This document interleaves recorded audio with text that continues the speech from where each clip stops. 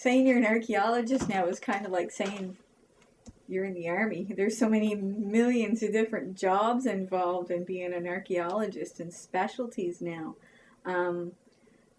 There's field technicians, there's the people that just work in labs, there's people that analyze the stuff that we find.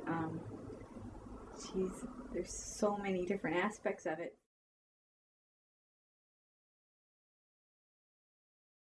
Hi, my name is April Lewis. At UMB Fredericton, I study classical archaeology, which is part of the Ancient History and Classics division.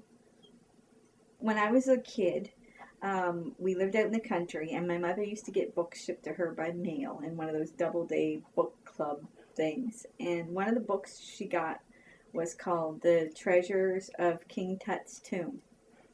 And it was this great big thick book, and on one page it would have a write-up, and on the other page it would be a full-page picture of all the treasures that they had in his tomb. And I read it, and I read it, and I read it, and I read it like every week. And this is like an 8-year-old kid, and some of it was pretty technical. So I loved it. I absolutely loved the book. I was fascinated with everything in it. And the very first chance I got to go to the library, I went to the adult section and I got a book out on the archaeology of Egypt. And the librarian told me that this was a pretty advanced book for a little kid like me, and I probably wouldn't be able to read it. And I looked at her straight in the face and I said, well, I want to be an archaeologist. And she went, oh, well then, okay, here you go, dear, you can have it. So, yeah, it's always been something that I wanted to do. And just, I read it and got every book I could on about it. And it's just something, it's always been a part of me, I guess. For me, I like the field work. I think 90% of archaeologists could spend all their days in the field and just dig stuff and never have to analyze it, because most of us don't like writing papers and reports and stuff. But if we think there's a site, we try not to dig it unless we absolutely have to dig it, or if there's a case that it's going to be destroyed. That's the outlook we have in North America. In Europe and the Mediterranean, it's a little bit different because they have so much stuff there. They're more inclined to dig it up and preserve it and put it in the museums because there's so much of it. Depending on where you're at, North America or overseas, we have different techniques for excavating. Some people excavate by layer, so we'll excavate all the grass out and we'll record everything we find in the grass, and then we'll excavate all the topsoil out and record everything there, and then we do it layer by layer, so the gravel and then the harder bottoms, and we go right down to glacial till the glaciers came through New Brunswick and left this fine gravel behind. So once we hit glacial till, we stop because not much survived glaciers. Overseas, we do it different. Depending on who's running the site, you can go down by 10 centimeter increments, or you can just dig and leave everything there and then lift it up and record it.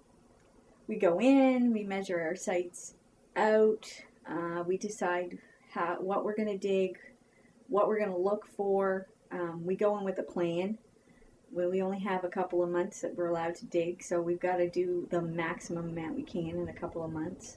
And we have to be able to pinpoint the site. We don't want to be spending 3 months digging dirt and not finding anything. So once we get the site done, we set up our grids and our measurements, and we put the shovels in the dirt and start excavating. The trip to Greece was part of a Canadian-wide search. The Greek government was looking for students that would be able to go over and help them fix their broken monuments because of the big forest fires that went through last spring.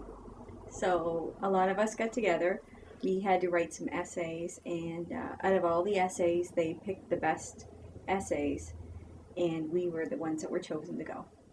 While we were in Greece, we toured all the main tourist spots in the island.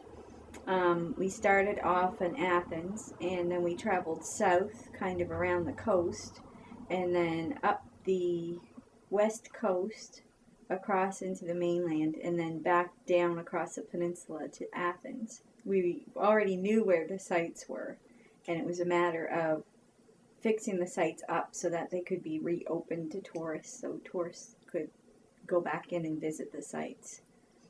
The Greek government doesn't have a whole lot of economy right now, and it's 90% tourism. So when the sites shut down, that's 90% of their income that they're missing. So it was very important then to get the sites back up running.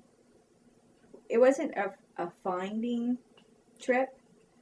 It was a fixing and putting back together monuments trip. So it wasn't kind of a typical archaeology dig. The most exciting thing about going to Greece, it was probably just being there. There wasn't one particular site that I was more excited to see. There was people that I was really excited to meet because I have 15,000 of their books on my bookshelf. But it was being there on a site that had existed for 3,000 years in some places, and walking the same street that Plato and Aristotle and Thucydides and, I mean, Xerxes from 300. Those are the kind of sites that I was really excited about going to because they were such a big part of the history that I've studied. So it wasn't one particular place, it was just the whole island. I hope archaeology is going to be a way for us to learn from our mistakes. Maybe things that we've done in the past wrong, we could go back and find that we've made those mistakes before, and we might be able to get a foresight into how we can avoid them in the future. Why did the Mayan and Incan Empire disappear? Well, through archaeology we've discovered that in building their pyramids and their temples, they made limestone, and to make the limestone they had to have really, really hot fires to burn their marble with. And they chopped down every tree they could get their hands on for miles and miles and miles around their cities, and completely stripped the forest. So as soon as it started to rain, it caused giant mudslides, which in turn buried their city, so they couldn't grow corn.